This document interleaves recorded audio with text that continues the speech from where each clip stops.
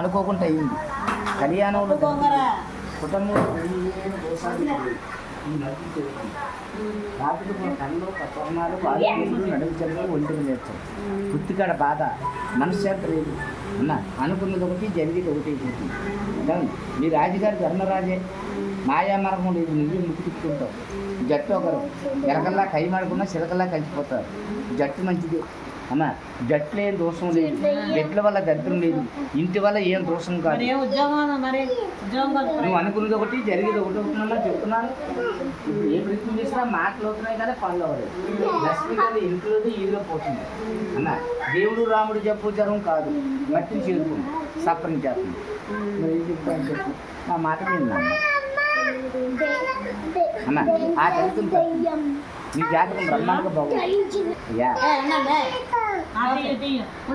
పూజలు పునస్కారాలు రచ్చలు తాడితులు కట్టుకోమని చెప్పలేదు నీ గట్టి నుంచి వచ్చమ్మా 3 కొండగొల్లికాయలు సంపాదించు కొండగొల్లికాయలు మజ్జిగేరమ్మ మాత కొన్న మాంజన పూజలు 3 కొండగొల్లికాయలు ఒక నిమ్మకాయ ఎన్ని కలువు అత్యంత 2 కలువు నిమ్మకాయ నేను చెప్పిన 3 కొండగొల్లికాయలు కెండ్ల గుడ్ల మూట కట్టి నీకు దొరకవై చెప్తాను 5 రోజుల నుంచి